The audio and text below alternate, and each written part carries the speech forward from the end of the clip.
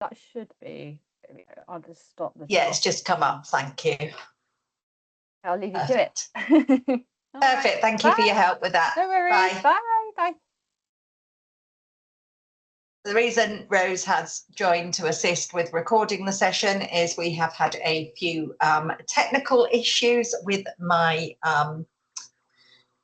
my cloud and my OneDrive, so she's having to record the session from her end because they are going to use this as part of the apprenticeship that they are doing for the IGPM. So we are going through stuff about finance today. I have done this session before, so apologies if you've been on it before and then think it's a new session. It's not. We are going to talk about finance this year and how that's going and what things that we can do to improve our finances within GP practices. So try and think of this as face-to-face, as they always say, but do make sure you're on mute, particularly as they're recording it, so that you don't get that background feedback that comes through sometimes. There'll be a chance for Q&A at the end, but there'll also be a chance if you want to ask while we're going along. Any questions, I'm happy to answer them. If you pop things in the chat, I will try and get to them. If I don't get to them in time, then we can always make sure I go back and answer those questions afterwards. Slides and handouts will be emailed out to you. They come out directly from GP Excellence. They don't come out from me, so give them a chance and they'll get them out to you. If the slides stick, do let me know. As I say, we've had quite a few IT issues going on. Not really sure why, no one can quite figure it out. If you haven't been on any of my sessions before, I've been a practice manager for several areas over quite a lot of years. I have recently retired and then found myself directly back in general practice as a locum practice manager, helping a practice who has had issues with CQC. Not something I intended to do, but I've got talked into it. I train and mentor for the Lancashire Training Hub, the LMC, and for you in Manchester via GP Excellence, and I privately consult on estates, and apparently now I locum PM for GP practices, something I didn't intend to do. So what we're going to do is we're going to start by going through your GMS statement, making sure that you understand the statement, what's on there and what you should be looking for to make sure that you are being paid absolutely correctly. So I've put up a spoof statement. This is not somebody's actual statement, and it is a statement where I've tried to suck in as many different things as I can. So don't worry if you see things that aren't on your statement. Some of these are things that will only be on there annually, and we'll explain it as we go along.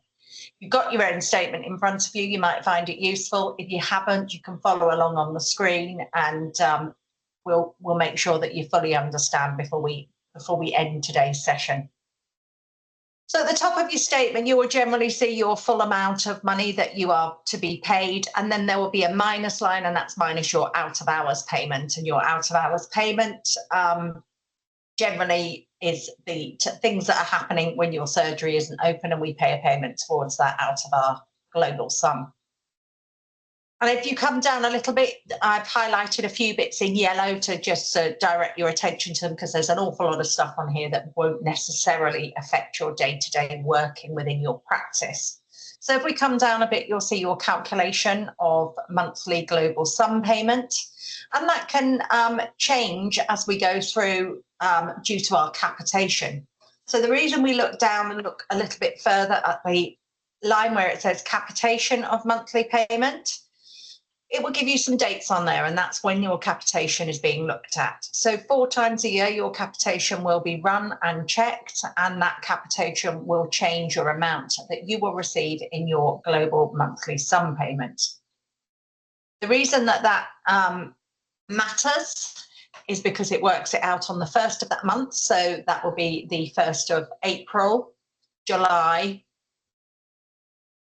October, couldn't work out the months then, and then January. So you will see a change within that month. So if you get a change in the April on your capitation, when it is checked on the 1st of the month, your April payment, which is probably around the end of the month.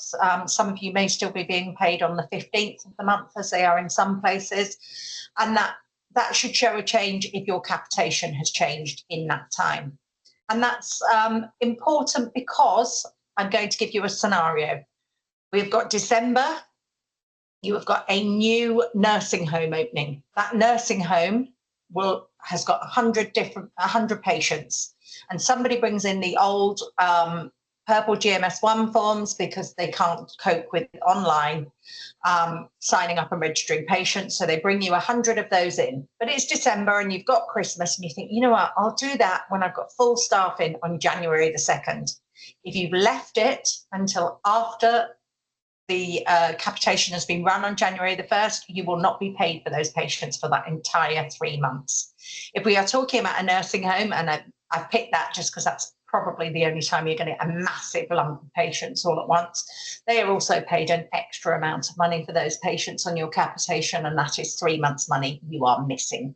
So it is always worth encouraging people that do your registrations to understand when the quarter end is and to make sure that everything is on in time. It doesn't have to be all that extra gump you might put on, like if you're putting on bits about their blood pressure or their history that you might add in to help you with quaff. That doesn't have to be on before the end of the month, but basically that they are registered to make sure that you get paid for that entire quarter. If not, it will be the next quarter before those numbers are pulled in.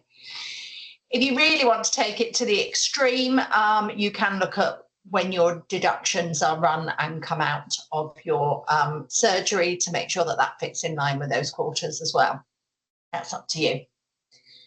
When we go down a bit further, you will see a line that says practice count of patients in residential care. That number on your statement should be the amount of patients that you physically have in nursing homes or residential homes. If it is way out, as it's been in many practices I've gone into, that means that that piece of work isn't being done correctly, and we are going to go through how to code in nursing homes properly. Any patient in a nursing home gives you an extra 43% of finances for that particular patient per year. If you haven't coded it correctly, there is no way of getting that back paid. There is no things that you can do to alter things. It's just you can work going forward. So if that is a piece of work that needs doing in your practice, when we get to that point, the date you need to be looking for is getting that done by the 31st of December. And then planning an ongoing maintenance plan to make sure that people don't fall out of that payment. It's a PCSE thing. They have told us that they will be sorting that at some stage, but considering it took some 6-7 years, I think, before the succession planning got sorted, the seniority planning and the seniority money you receive, it can be an issue relying on PCSE to get it sorted. So if you can do this work yourself, it is definitely worth doing. And we will explain how to when we've gone through the statement, so don't worry. Come a bit further down and you'll see your raw practice list size. For those of you that are new in general practice, because we will have people that are brand new on here today, we'll also have very experienced managers, just seeing if there's something else they might have missed.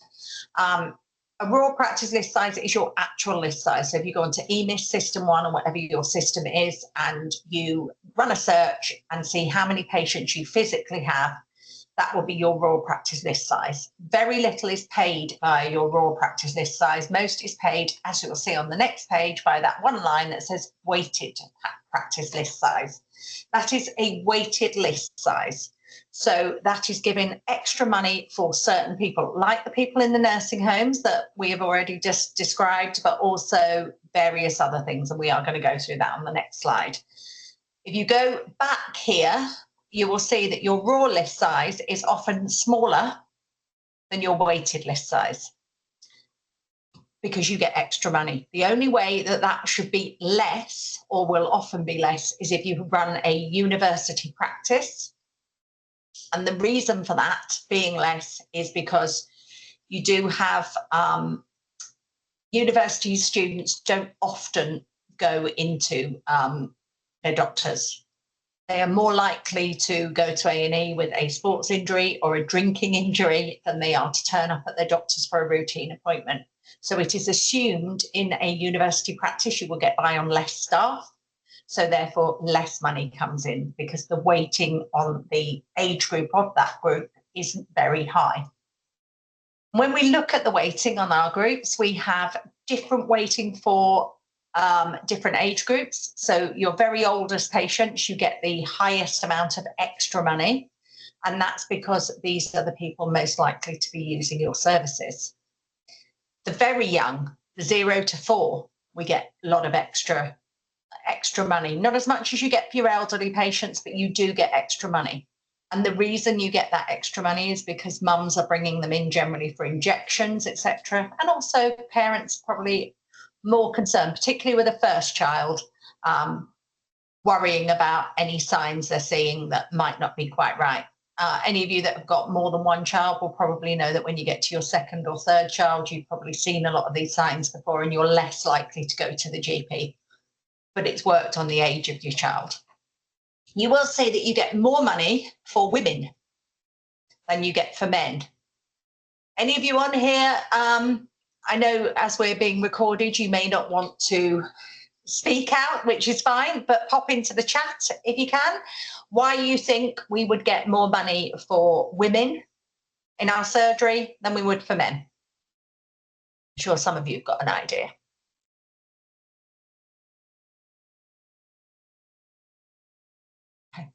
I can see someone typing. Great, at least somebody's answering for me. We'll see. Contraceptives, smears, pregnancy, women attend more often. Yeah, all of these things are accurate. We also have other good stuff going on for us, like menopause, needing to get put onto HRT, all sorts of stuff that are going on in a woman's body that isn't than a man. You've all put things very nicely about women more likely to attend than men. I sort of think of things the other way. Men don't go to the doctors. I've got a husband who will only attend the doctors if he thought he was absolutely at death's door because he feels he can fix himself.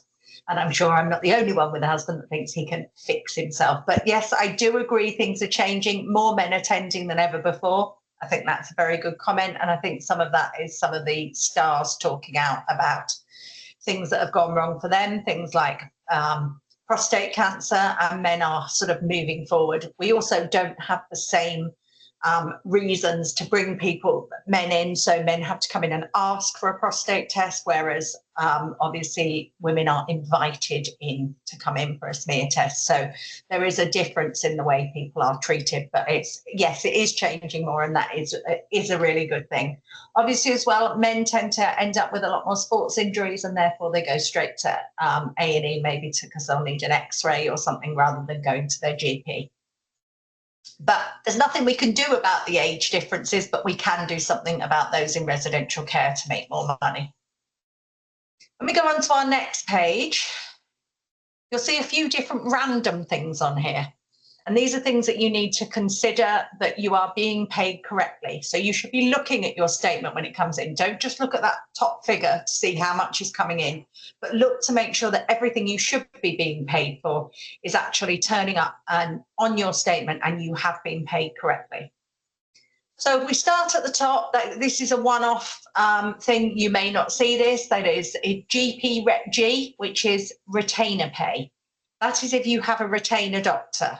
If you don't have a retainer doctor, you won't get that payment. The reason I popped it on there to remind you is that you do need to actually make sure that you claim every month for retainer pay if you do have a retainer doctor. Retainer doctors, just in case anyone's on here thinking, I have no idea what she's talking about, is a doctor who was going to leave GP surgery. That could be they were about to retire, they've had a lot of babies and they want to just stay at home, or they've had some ill health, and you have managed to retain them. You have kept them in under the NHS. They are given longer appointments, little bit of tuition or a mentor that works with them, and you get paid. The important bit, as this is a finance talk, is you get paid, but you've got to put those claims in.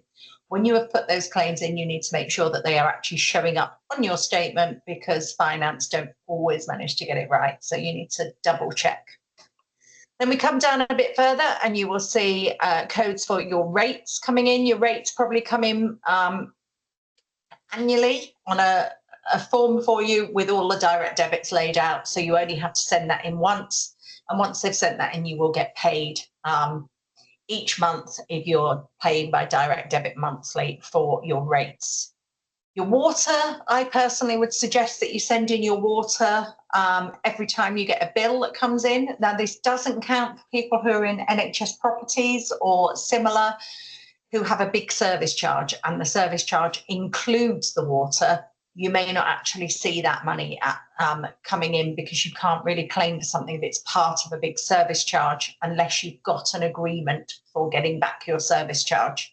And that's between you and the ICB. But water, for anyone that receives a water bill, you should be able to claim that money back.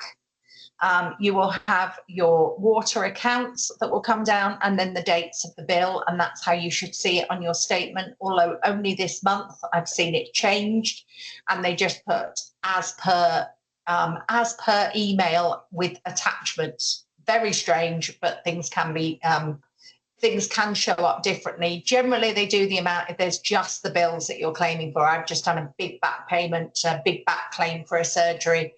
And therefore, I think because there were so many bits, they just added it on as one comment.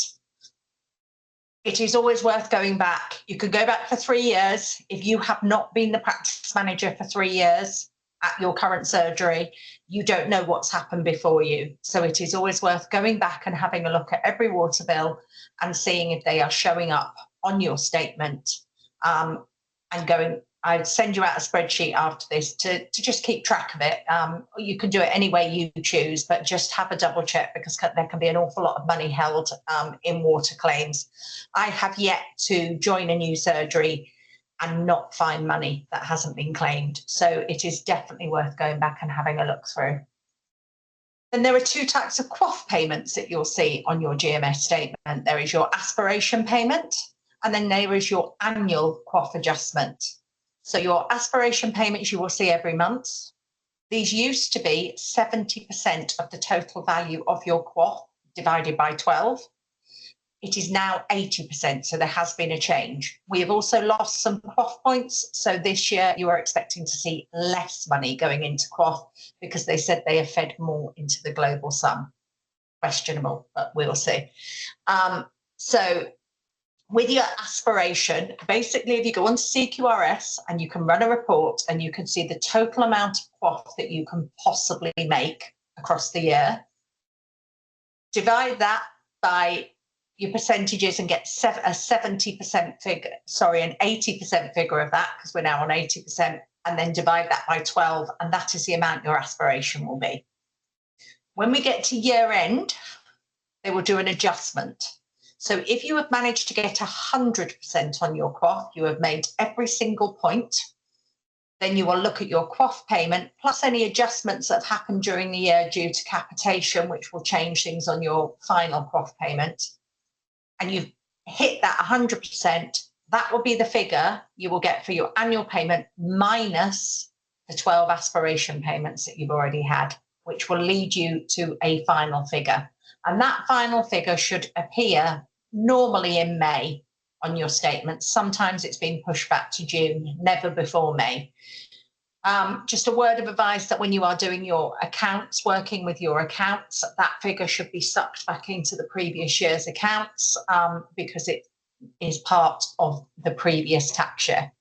So when you're working maybe just on a report from QuickBooks, that won't, or Xero, that won't necessarily be exactly the same as your accounts because it is looking at a snapshot moment, and that should include that. So that is your QOF annual payment that, again, you will only see once a year on there. Then as we go down further, you'll see all the various things that you have claimed via CQRS. If you are new to general practice and you have gone on to CQRS and you have claimed things and then you don't see them the next month, that is because sometimes there is a lag with finance actually organising the payment. So some months you may see nothing from CQRS and then the next month you might see double the amount. And that's nothing you can do anything about. Sometimes there is generally just that lag within the finance system that they hold on to the money a little bit longer. You come down a little bit further, you might see some one-off paid services. So I just added one that was out a few years ago. It was the original GPIP used to be called the Accelerator Program, and we used to get paid for that. So that will show up on there as a one-off payment. If you do any kind of one-off payment things, some things will come through as a separate invoice, and some should come through on your GMS statement. Just keep looking out and making sure that you are actually paid for those things. Claiming them isn't enough. Seeing it come back is what you're looking for. We come down a little bit further and you've got your DES participation. Every practice should get a DES participation payment as long as they are part of a PCN. If you have chosen to opt out of PCNs, there are a few practices in the country that have done that. Obviously, you won't get that payment. We come down a little bit further and we've got one that maybe you won't all see, and that's the reference on that is cap gig. I have written these bits that are highlighted in yellow beside them, so you won't see those things written on your statement, but that is an estates payment. So that's if you've taken a capital grant for an improvement, like an extension, a new build, or changing an admin room into a clinical room, anything like that, and you have made a deal with the ICB and organised that you are entitled to a capital grants payment, you normally get 66%. And that will mean any invoice you've sent in, you will get your agreed amount, so possibly the 66%. That will come back, and this is where you will see that payment coming through as a reimbursement for you. And that's how you need to make sure it is coded in your accounts, because you get different tax allowances on reimbursements as you do on expenditure and income. So it is something to think about. We come down a little bit further and you'll have your notional rent. That will be for, you should see a line, this is for people in owned buildings where the partners own the buildings, or you may just see rent if it's a building that you're in and you pay rent. You will see a payment for each of the sites. So if you're in a 1-site practice, there will be 1 payment. If you're in a 5-site practice, there will be 5 payments. You will just see them all individually so that you can see exactly what you're getting for each place. And then we come down a little bit further and you will see a CQC fee reimbursement. So what you need to be aware of there is that whenever you pay a CQC bill, it should be sent in and you get it reimbursed. If you pay it, if you've signed up to pay your CQC monthly, you will be reimbursed monthly. If you pay your CQC as a one lump sum, you will get reimbursed for the whole lot as soon as you've sent it in. So it's up to you how you pay it, but you should see that money coming back in.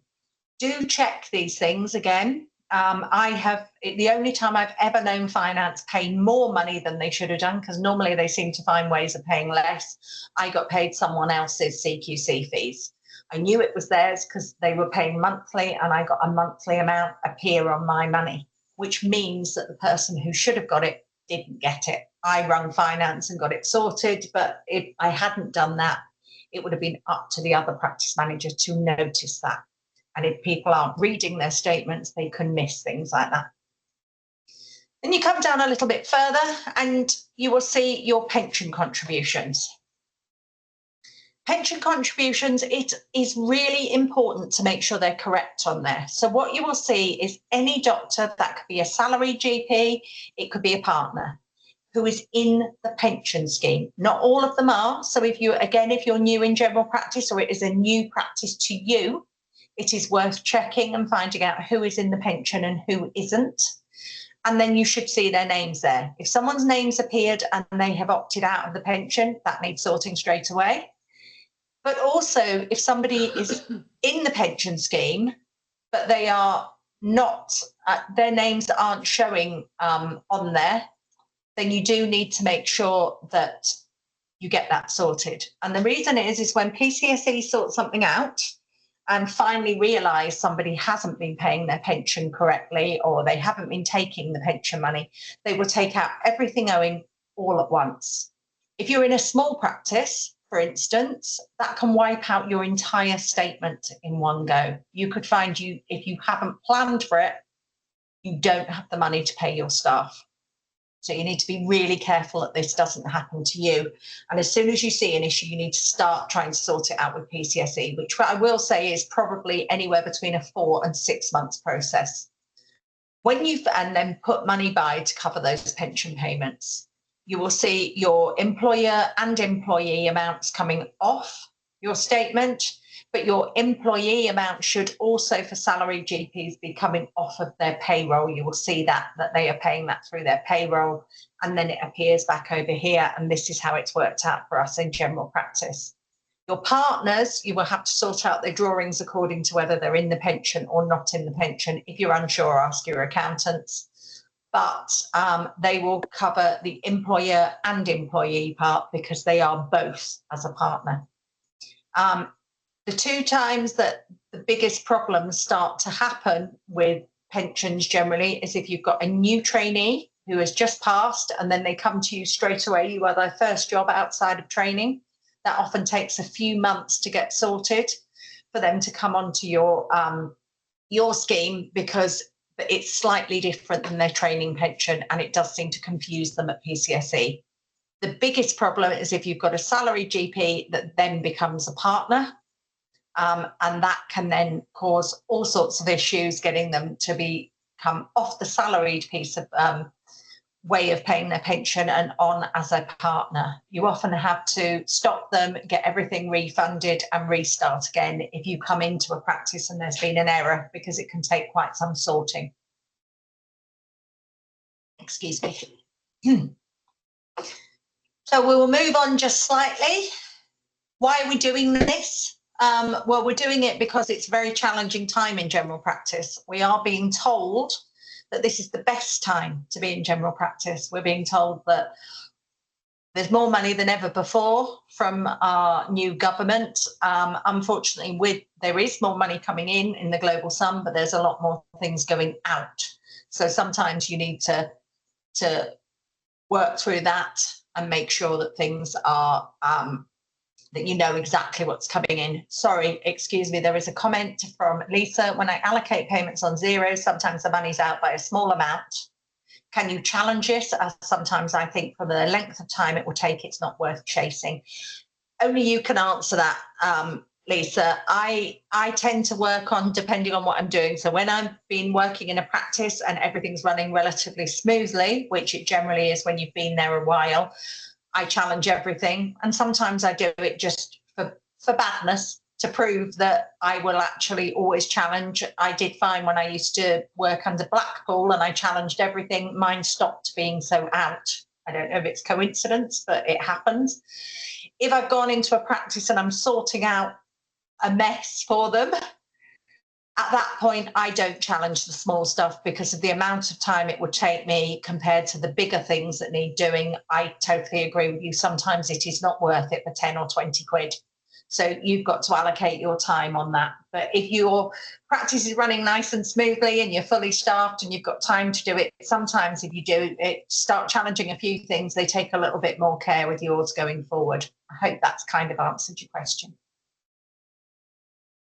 So we're going to go back to that little line that we saw that said residential. Where is it? Here, practice count of patients in residential care. So what I would challenge each of you to do is to do a search on your patients who you have in residential care. That is not your PCN number because they count empty beds. For the care home DES, it stays the same all year. It is physically how many patients you've got in those post-coded, goodness me, patients in residential care. So that's nursing homes, care homes. It can be those small homes that maybe have 4 or 5 patients and a nurse or carer living in there. But the general rule of thumb is it must have a CQC registration. If it doesn't have a CQC registration, then it doesn't count. So you need to make sure it is CQC registered building. And if so, you have to mark them down as a patient in a residential care in your registration port. So it's not the same as the PCM where you will put in the main body of your of a patient's record. You might put patient lives in care home or one of those sorts of codes. This is actually in the registration area of EMIS. So there is a little bit here where it says residential institute and there is a drop down, and this bit needs to be completed if your patient is in residential care. The reason for that is because you get this extra 43% on top of your global sum. So it is a very important extra bit of money for you. And it really does add up. PCSE will not go back. They will only go forward on that. So if you don't get it sorted, then obviously you're not getting that money. And as we mentioned earlier, you need to do it. If you're going to do this piece of work, I would suggest you do it before the 31st of December. So you get it correct for your 1st of January when they next check your capitation. And you will see it clearly on there because your numbers will go up. So have a look at last month's global patients in residential care on your statement. Have a look at how many patients you have in residential care and see if it works out roughly the same. If you're only showing 1 or 2 patients and then you actually know you've got 100, you need to do this piece of work really urgently. If it's just slightly out, yes, you need to get it done, but it's not going to really change your life. So you have to look, as Lisa said, at when it's an important time to get things done. I wouldn't be doing this piece of work myself. I would do the initial part of looking, and then I would get a trusted team member to run these searches because this is a regular thing. You can't just do it once because patients change, particularly in nursing homes. I did this piece of work with a manager one-to-one at one point. She found over 200 patients, which made a huge difference to their money. I was dealing with her assistant manager maybe 2 years later, and she said, but everything's really out and we've done this piece of work.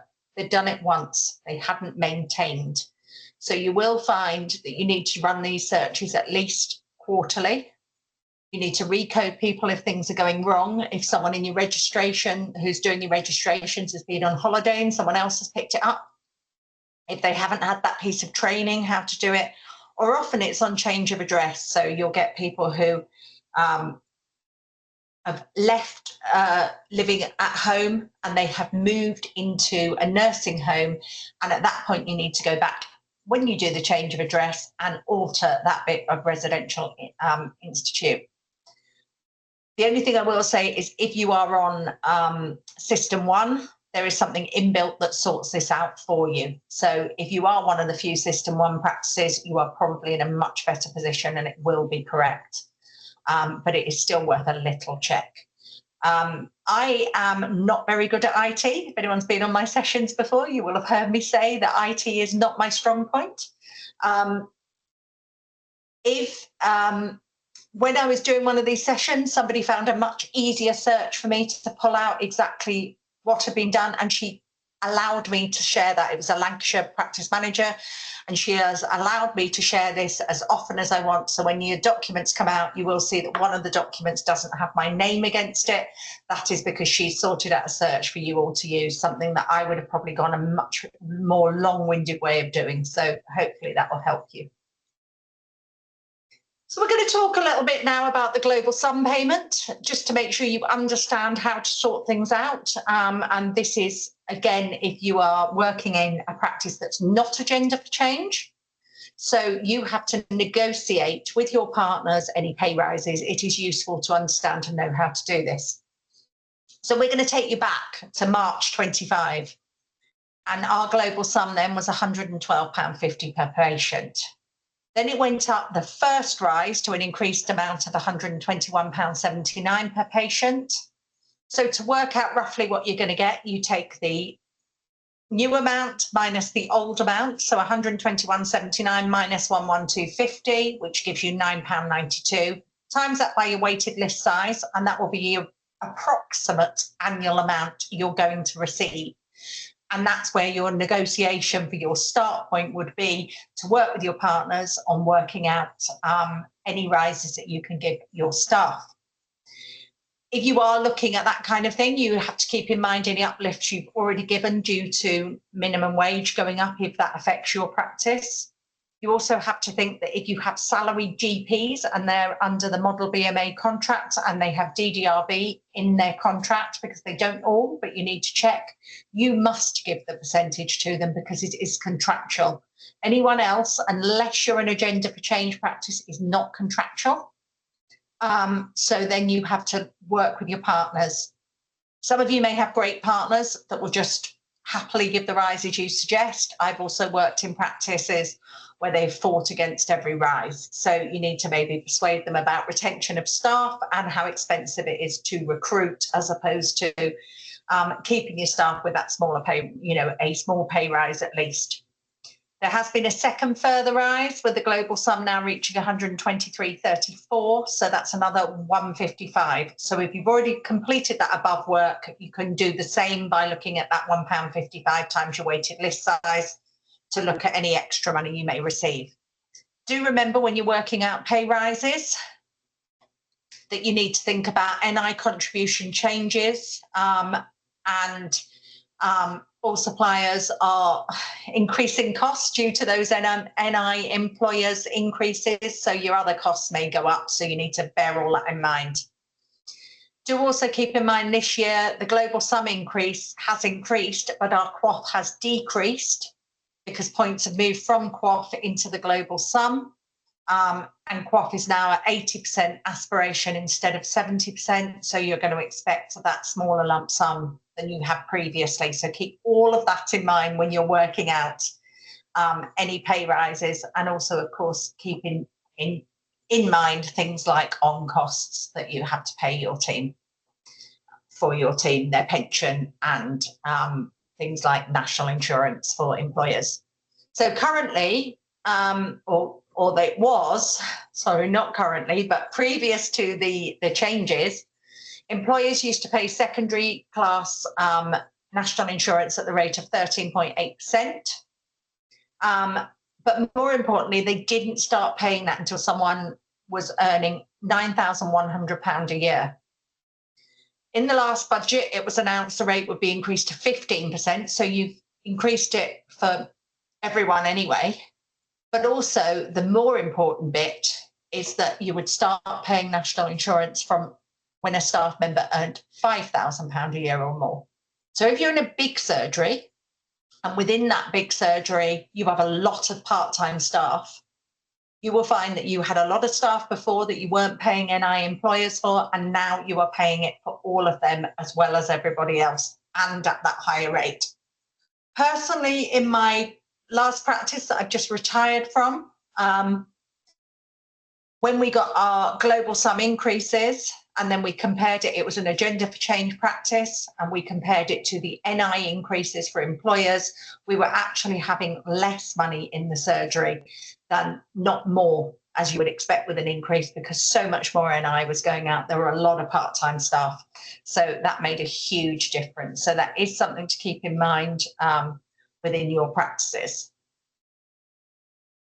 So think about your staff, think about how much you were due to pay them, and then work out how to do that within your partners, unless your agenda for change, in which case you just follow what the government tell you to do. Then we're going to have a look at reimbursement. So you remember when we looked at all of that paperwork, there were lots of lines on there about being reimbursed for your water, being reimbursed for your rates, and being reimbursed for your CQC. You will find, if you haven't been a practice manager for at least 3 years at your practice, it is worth going back 3 years, and you will find money. I've found money everywhere I've been. Last time they did a check on this, CQC was 2019, 2020, and less than 50% of practices had claimed back their CQC fees. So that was an awful lot of practices. Obviously, things have got a little better, and you get some reminders in some places, but it is worth going back 3 years and seeing not only did you claim them back, but did they actually get paid out to you by finance? If you send a mass amount of say water bills all at once, keep an eye on and make sure they reimburse all of them and not just one or two. I understand it's easy for you under Manchester that you just send through your water bill. In Lancashire, there is a sheet of paper that you have to send alongside it and fill it out, and if you don't, they can choose not to pay you. So it is worth having a look and seeing if you can find any money going back those last 3 years to see if you can gain any money more back for your practices. And we also look at saving money. Saving money is just as important as making money, because your profit is basically your money that's come in minus everything you've spent. So if you've spent less money, your profit is still going to stay up there. And there's lots of really simple ways of keeping your profit a little bit higher. So not so often these days are people using Host, but actually it still does happen. Text is cheaper, email cheaper still. If you do have to send letters out, think about using an outside company like DocMail or anything similar to that use off-site postage. Not only does it save paper, printer ink, the more important thing is it saves is time. Time where someone is sat folding up bits of letters and putting them in envelopes, but also time when we're considering, and maybe this is just me, but everywhere I've worked, there's always a receptionist that is really excited about taking the post. Generally, they smoke or they vape, and it's a time for them to get away and be able to do that. And they can take considerably longer than the time that they need to walking up to the post box and back, which actually you've probably got other work that they could be doing. So these are things to think about, the human aspect. Same thing with shredding. Most of you will have a shred company that picks up your shredding. If you are still manually shredding, think of the time someone is spending sat manually shredding again and again, various bits of documents if it's for your whole practice. Fully understand that as managers, we may keep a manual shredder in our room just for those absolutely confidential bits we don't want any other staff getting hold of. And so we're moving forward and looking at in-house goods comparisons. Really good to do this on a regular basis. So again, I'm going to give you a bit of an example. I tend to use Dean Healthcare. That's just a choice. I like the way their invoices come back through. If you're using someone like that, still every 6 months to a year, go to someone else, Hillcroft, Williams, whoever you choose, and get them to do a price comparison. And the reason to do that is because they will often offer you a cheap deal for 6 months because they want your business. So they'll offer you a special price. So I would take that special price on certain items and I would use them and get the cheaper price just for those whilst maintaining my original relationship with someone like Dean. And then I would call Dean after that 6 months and say, have you noticed that Hillcroft, for instance, are giving me a cheaper price? Would you like to match that? And then they'll give you a cheaper price. You can work back and forth through them and you can manage. You do have to sit through a couple of meetings or get a good member of your staff to do it and get some cheaper prices constantly going. Keep pushing them that you may leave them and then you will get extra cheap prices. It is false economy, let's say. If you go out to the local shop and pick up items because they're on offer, an own brand soap or an own brand washing up liquid. And the reason that's false economy is what we were talking about before with time. It is really important that you have all your correct safety data sheets, and alongside every safety data sheet, you should have a cost sheet, which goes with the safety data sheet as part of your health and safety. If you shop in places like Dean, Hillcroft, Williams, Phoenix, anywhere like that, they will send you, if you ask them, all the safety data sheets. If you've gone up to a bargain pound shop and picked up their own brand stuff, it is very challenging to get those safety data sheets. Sounds really silly. If you've ever actually taken the time to read those safety data sheets, it's normally, if squeezed in eye, you should wash it out. It's the same with an own brand as it is with a proper brand, but not to CQC. So if you want to get things right and make sure you have got the correct stuff, do make sure that you actually keep an eye on this. Don't go to your local shop. It is false economy if you can't get those correct safety data sheets. Hope that's making sense to you.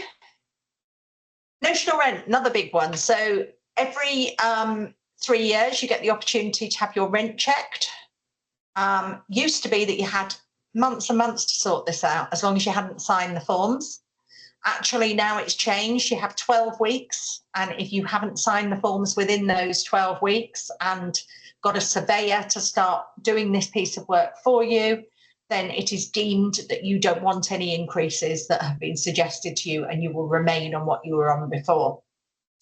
Generally, if you haven't worked in general practice, you get a CML1 form that you have to complete. Then they will offer you a very nominal increase or staying the same with your notional rent or sometimes decrease.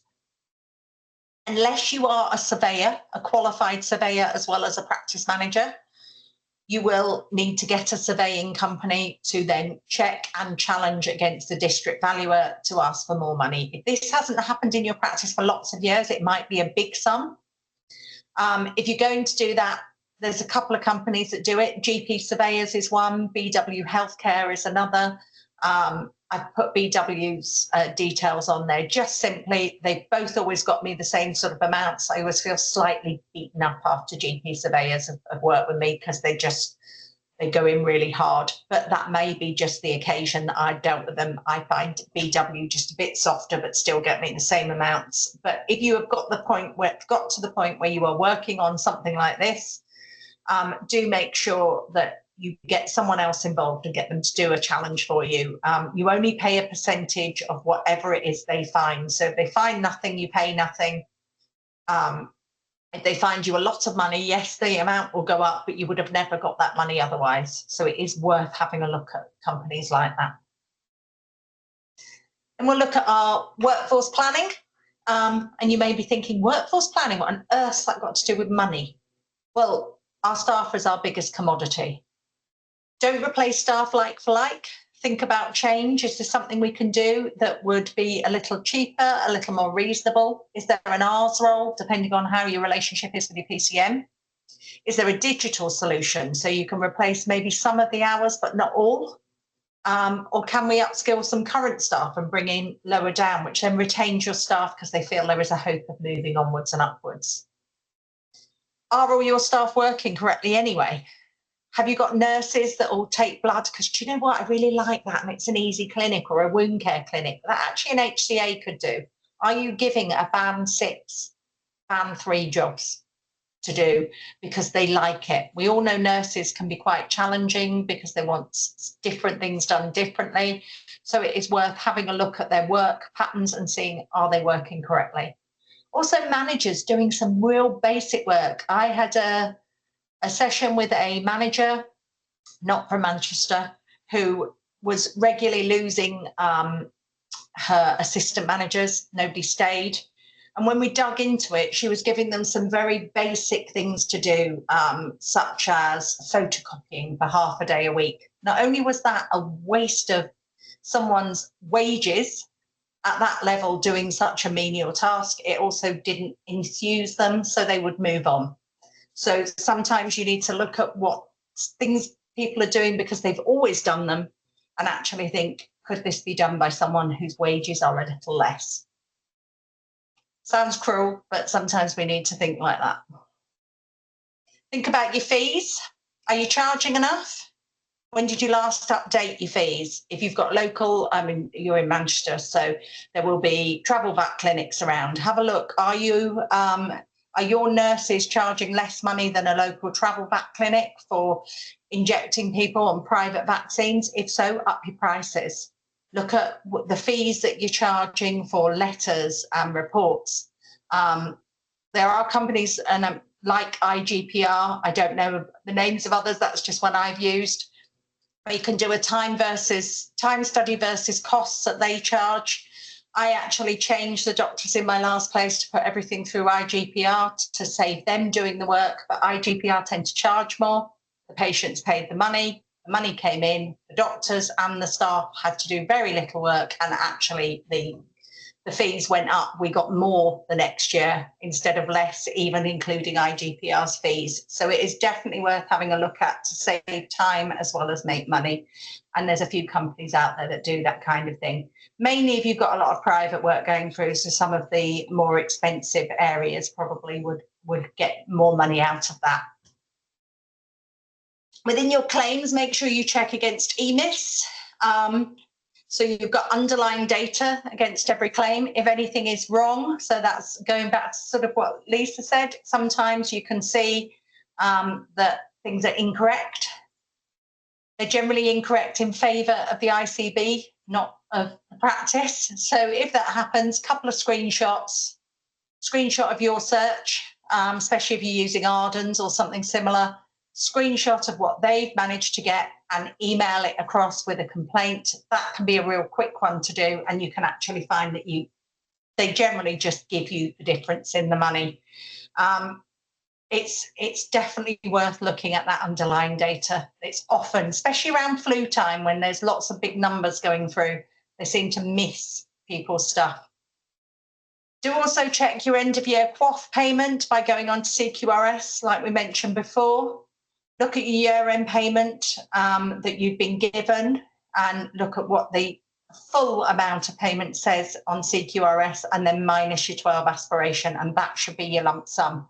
If it isn't, I know that one year back in Lancashire, they decided to take roughly 10 grand off every single person's lump sum, leaving everyone very short of money. But not everyone had noticed it. They'd just seen, because it's a big amount and it's once a year. I'd searched through it. I complained to finance, and then I WhatsApped everyone within our local area, and then everyone started to complain, and they admitted they'd made an error. So sometimes you do need to check on them. Now think about your flu. It's not so good anymore as it used to be, with that thinking about your buying early for your dates and things. That's one thing that it used to be a lot there. There used to be a lot more of a negotiation in there. It's not really as good as it used to be. But what we do need to think about is drawing down credits. So at the end of the year, when you take photographs and send them off to your suppliers, and you've got an agreement for a 10% or a 5% credit back, or whatever your agreement happened to be, they don't actually, Sequeras particularly, don't send you back that money. What they do is they maintain it there as a credit until you draw it down. They also don't take it off your next bill. So that's really naughty. So at the last practice I worked in, the practice manager had done exactly the right thing and sent off pictures and to get these credits back. But Sequeras had kept that money. So when I started, I could draw down all that money because it had been left there. It's not something I expect any of you to know until you've been in that position, but have a look on your Flu 360 and see if there's any credits sitting there. And if they are, draw them down, because they need to be in your bank account, not Sequeras. They've got enough money. So do have a think about that. And then your PPA claim, so that's your prescription. So again, if any of you are quite new in practice, or if prescription claiming isn't part of your role, you will find that there are ways of improving that prescription claim, and they can go back for 6 years on this. I wouldn't recommend you try and do it yourself, because there are some really in-depth searches that different companies have. So if you see, when you hover on this particular link, this will take you through to a practice manager, an ex-practice manager. His name is Daniel Vincent, and he runs a company that his sole job is looking into prescription claims. They do charge you a percentage of what they find. So if they find nothing, you get charged nothing. They normally find quite a lot. So again, in my previous practice, the girl that ran the prescription claims was absolutely sure she claimed for everything. What she wasn't aware of is if nurses or doctors aren't putting things on correctly, your searches won't pick that up. So this company came in, they found 13,000. And then in the current practice where I've decided to go in and help out, we've just found 22,000 for them. So quite big sums of money. And sometimes it's the little stuff, particularly if your surgery does a lot of minor surgery, things like lidocaine, stitches.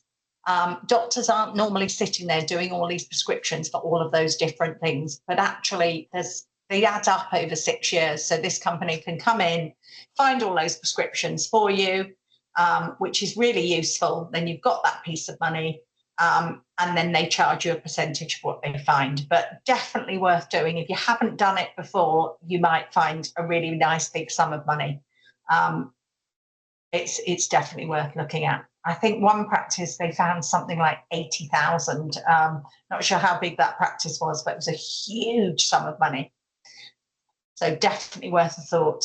And that's for everyone, not just dispensing practices or anything. It is more your doctor stuff, like your minor surgery, that you're going to find bits in there. Also, if you're a training practice, often the trainees don't put things on properly. So it is definitely worth doing. Look at your enhanced services and see, can you make more money out of those? Do you action plan everything, which hopefully you do? Do you add in extra vaccine appointments to get those extra bits of money for MMR and shingles? You will have to negotiate with your nurses, sometimes shorter appointments. You don't want them having a full big chronic disease appointment and doing one vaccine.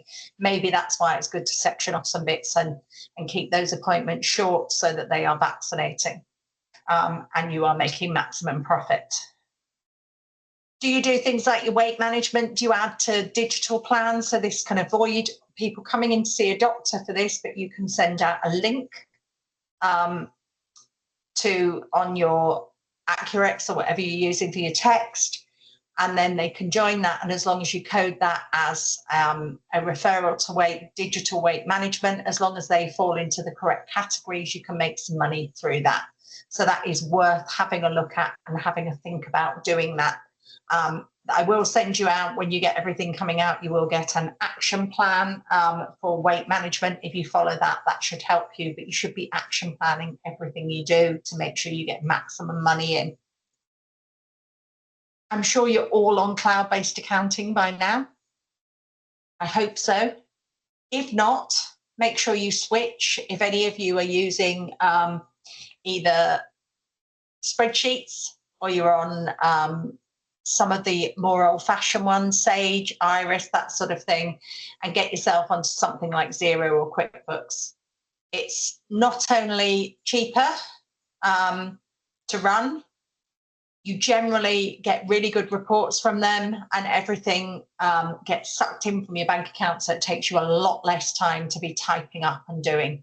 So things do work out a lot better for you. Janet has just put she's lost sound. Just let me know if there's a loss of sound from my end, or if it's hopefully her end. I'm hoping you're all still hearing this.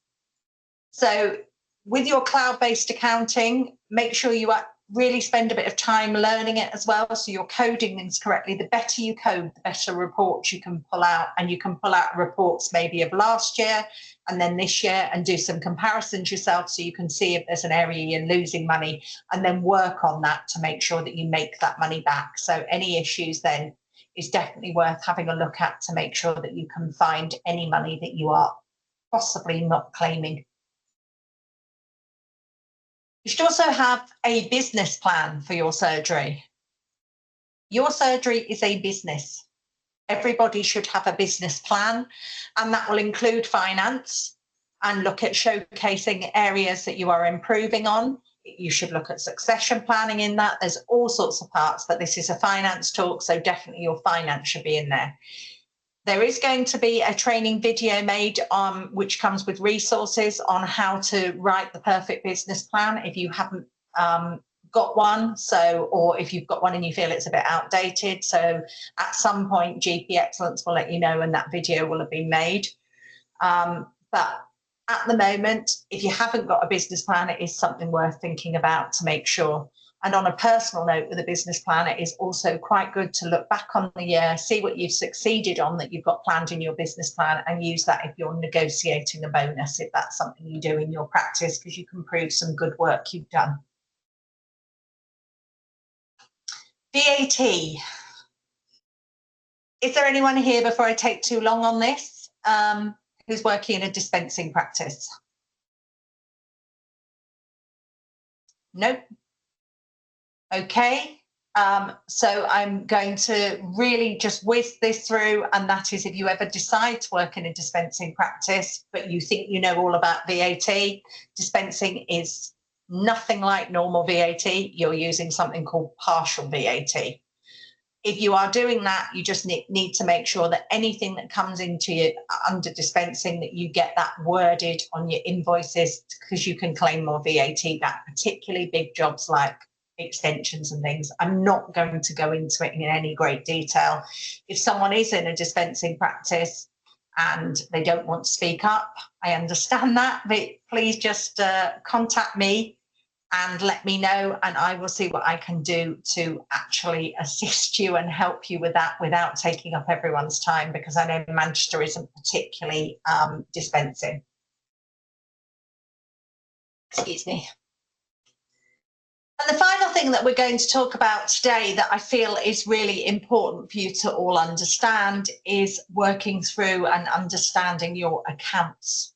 So if you are sat in an accounts meeting for the first time, you are maybe a new practice manager, you've come up from being assistant manager and you haven't been had anything to do with dealing with the accounts meetings, it is really important that you understand what's going on.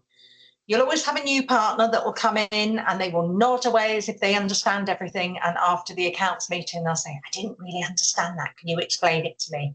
And it's awful if you are in a position where you don't actually understand the accounts meeting yourself, or some of the terminology that our accountants use, because they do use lots of different terminology.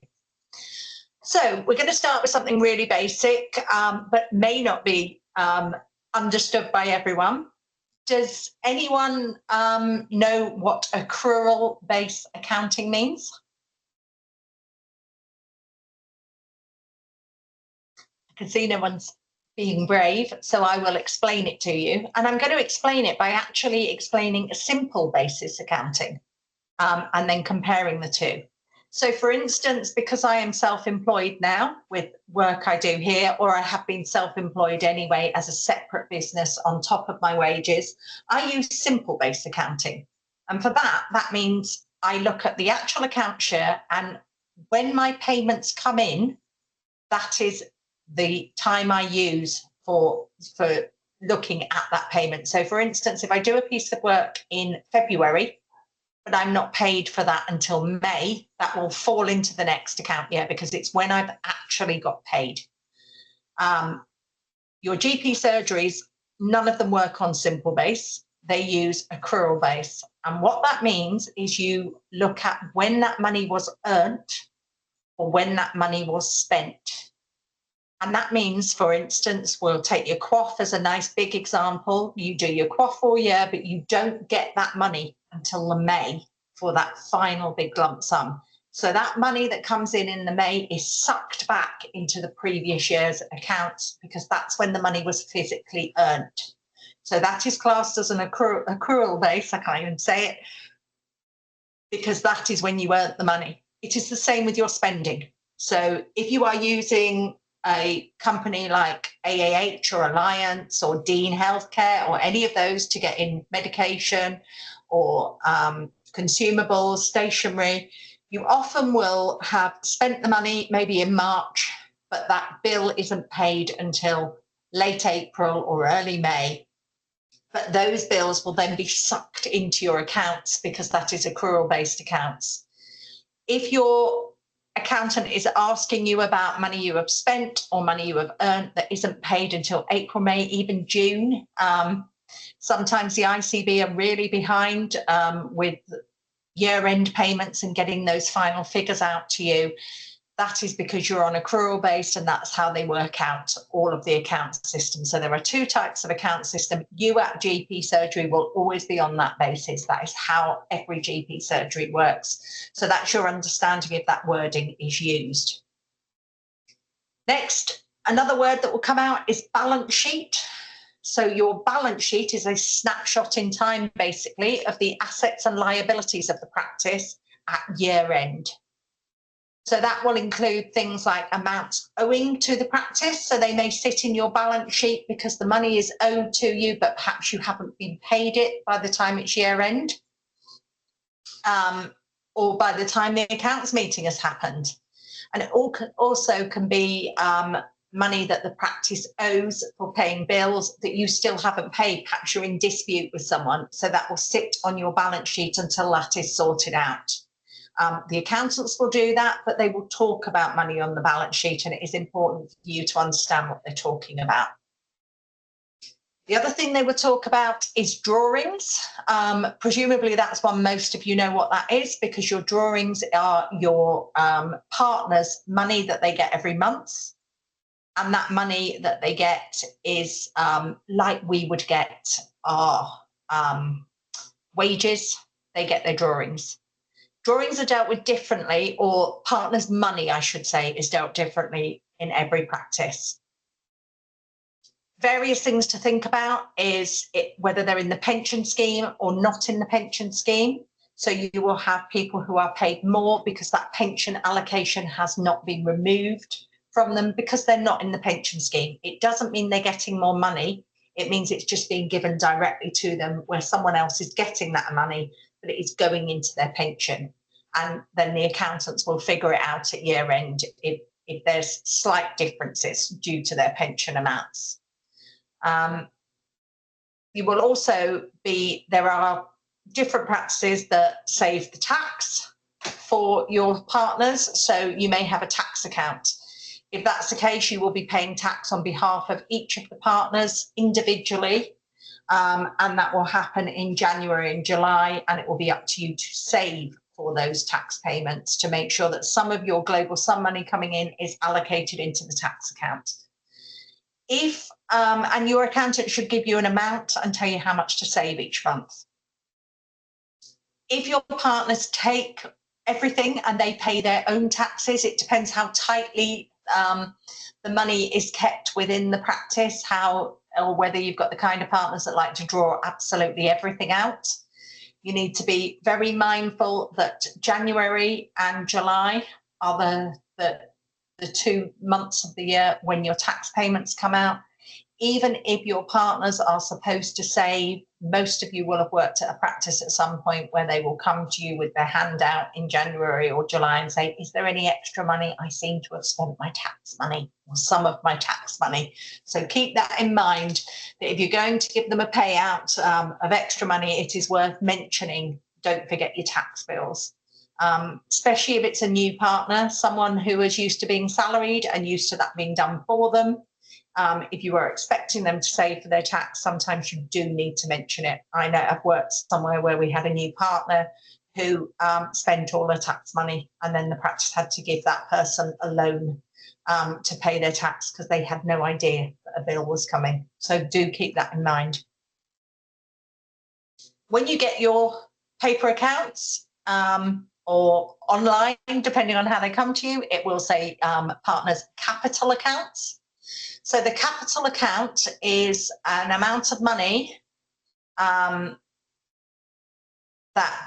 is tied up in partnership property or an agreement they may have. So it might be that they have an understanding or an agreement that they each pay in 10,000 per se towards furniture. And so that will be their capital account. You need to understand as well that with the way things are going with buildings and the way that buildings are being looked at by estates, there has been a change when the premises improvement came in, and your buildings are being valued in a different manner now. So if someone has saved a lot in their capital account and thinking they're retiring and they are going to get a massive lump of money, depending on how your partnership agreement is worded, the valuations are coming out differently than they used to on buying out a partner, and sometimes their capital account can suddenly disappear. So they can be thinking they are going to retire with a massive amount of money, and things have changed. So make sure that your partners are aware of that. They will also have something that says partners' current accounts. Their current account is the amount of money that was in profit that hasn't been drawn out as drawings during the year and is not also agreed as part of that capital account. So it is not saved up for long-term investment. It is an amount that is available for the partners to withdraw when funding permits. Do think about the fact that your year end will probably be the end of March, early April. And by the time you have your accounts meeting, it might be September or October. So when you are being told about this giant amount of money that's there to pay out to your partners, that was how it looked back at year end. You may have spent some of that money in the meantime. And if your partners are told they are going to be getting 20, 30,000 each, but actually you've spent that already, or they've withdrawn it since then, you need to be aware of that to be able to say, well, actually you did have a big payout when the QOF money came in. So we can't find that money twice. So sometimes you need to keep an awareness of what's going on if they're having extra drawings, to make sure that they understand they can't just have more and more. The money won't necessarily be there. But that is the current account, the piece that's left. And the accountants will work out how much is owed to each of your partners. And that can change on the amount of sessions they do, part-time, full-time, all that sort of thing, but also on if they are a new partner and they are still buying into the business, some of their money that they are getting will have to start building up their capital accounts before it goes into their current account. So if you've got an agreement that for your capital account you need to keep 10,000 in, say, for each partner, then they have got to work their way up to that. So at that point, they won't necessarily have as much in their current account. I hope that makes sense to you all. Then you have something called prior shares. So this is whether there is a specific allocation of profit which goes to an individual partner before the profits are allocated. So as an example for this, that might be if you only have one training doctor at your practice and you've got 4 or 5 partners, that training doctor, you may have agreed to split the training money because they all supervise, but it might be that that trainer, it gets a CPD payment and they also get their ESA payments for writing into a portfolio. That might be agreed. It depends on your partnership agreement that goes as a prior share. So they get that money plus their share of the profit, and that doesn't get divided with everyone. So that is what is known as a prior share. Most of you will know what your profit and loss account is. So that comes in looking at your income and expenditure. So your income is everything that you make, or your income. It will have to be split differently in your accounts. You will need to have your NHS contract income separate to private money that's coming in for letters or vaccines that is private, and reimbursements need to be dealt with differently. It's not for you to worry about the tax on that, but it is for you to make sure it is allocated correctly in your accounting software so your accountants can make sure, because each of those pay different amounts of tax. So it is making sure that those categories are worked out correctly in sorting the super and certificates for the partners. And also for that awful bit that they put on your website saying how much each partner has earned.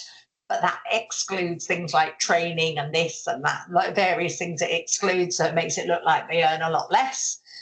You need to make sure that that is correct by allocating correctly in your QuickBooks or Xero or whatever type of thing you're using to do your accounts.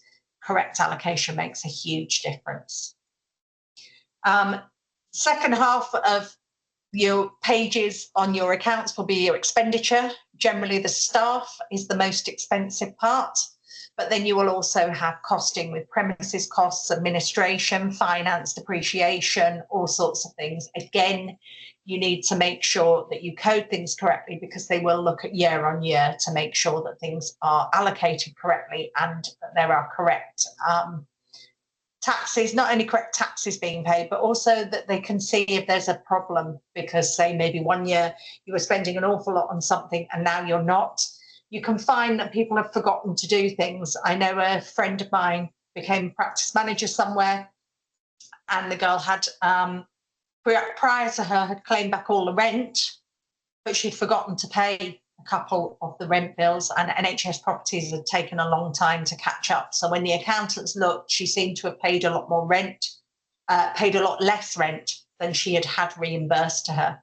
So therefore they realised there was an issue and made sure that that money wasn't then allocated to the doctors to spend when there wasn't perhaps the money held in the account because that was due on rent. So if you put things out properly, your accountant should be looking at year on year for you, even if you don't, by going through your QuickBooks or Xero and looking at different reports you can pull.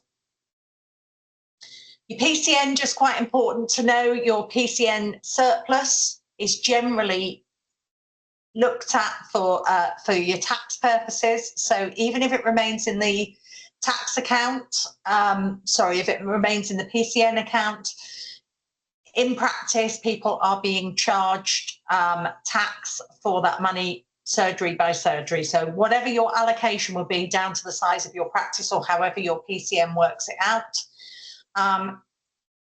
the doctors will be paying tax on that money, even if they aren't given that money.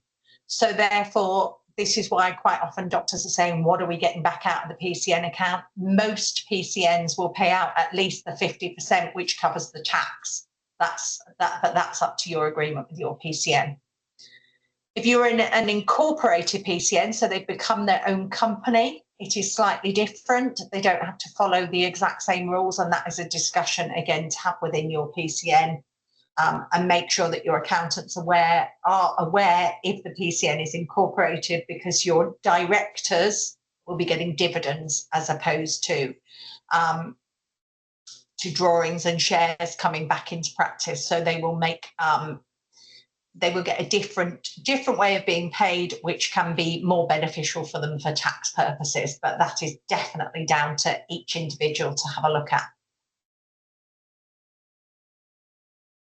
So your allocation of profit to each of your partners is worked out via a percentage of the business, normally done via sessions, and looking at your tax or pension paid as applicable. So partners pay employer and employees' pension as a reduction from their drawings, as we mentioned before, because partners are both the employer and the employee. And it is also good to look at benchmarking. So if you have benchmarking from your accountants, normally all EASMA accountants have them because they are GP specialist accountants. What they will do is they will look at your profit per session. They will look at your reimbursements and seeing how that looks compared to other people, and your profit per patient. So they will take that overall profit. Your profit's all going to be different on the size of your practice, the amount of partners you have, all of that sort of stuff. But your profit per patient takes all of that into account.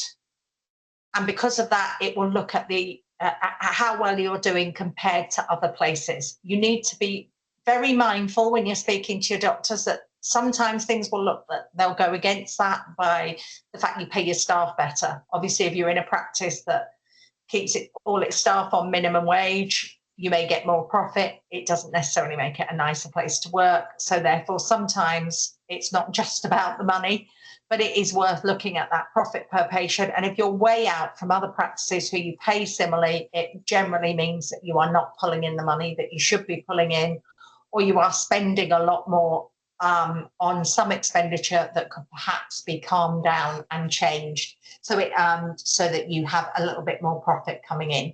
But you've got to get that right balance between making the money for the partners, but also keeping a happy, content workforce, because obviously each time you have to recruitment is a big, expensive part of your time, and also the time of whoever you've got sat with you taking notes, or partners coming into interviews. It is not an ideal way of spending time, so you are better to be able to retain your staff by paying properly. So, but that could affect your profit per patient.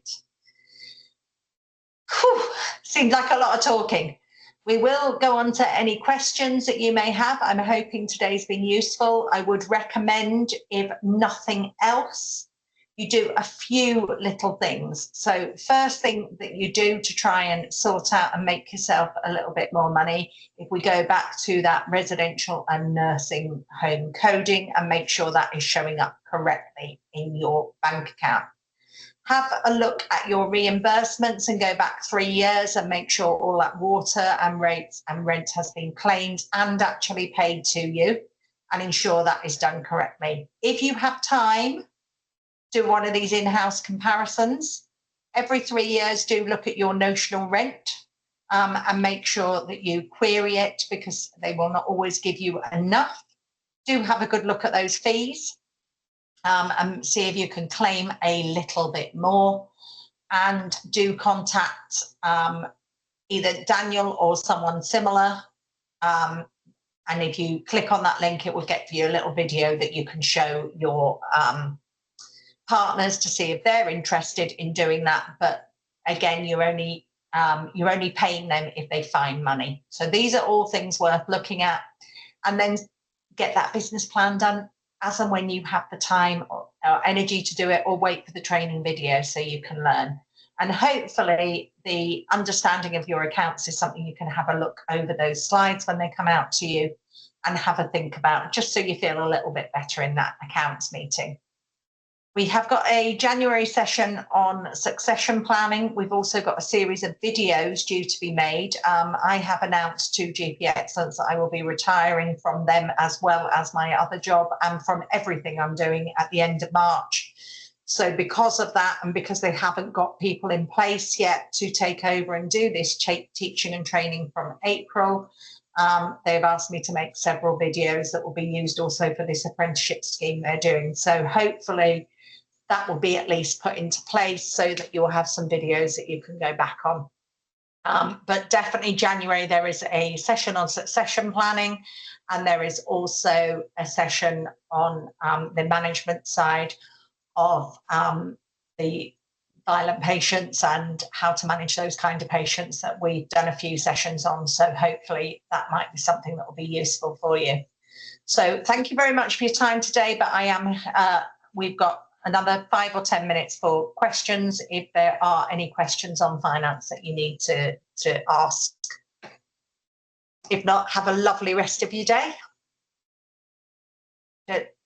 The business planning event, from my memory, is going to be a video session. So a video will be made and then that will be sent out to all of you, rather than a session that you can join, which should hopefully help you, because then you can replay it back a few times. And they're doing that also because of the apprenticeship that's taking place in Manchester. Well, I think they've got about 18 people on it.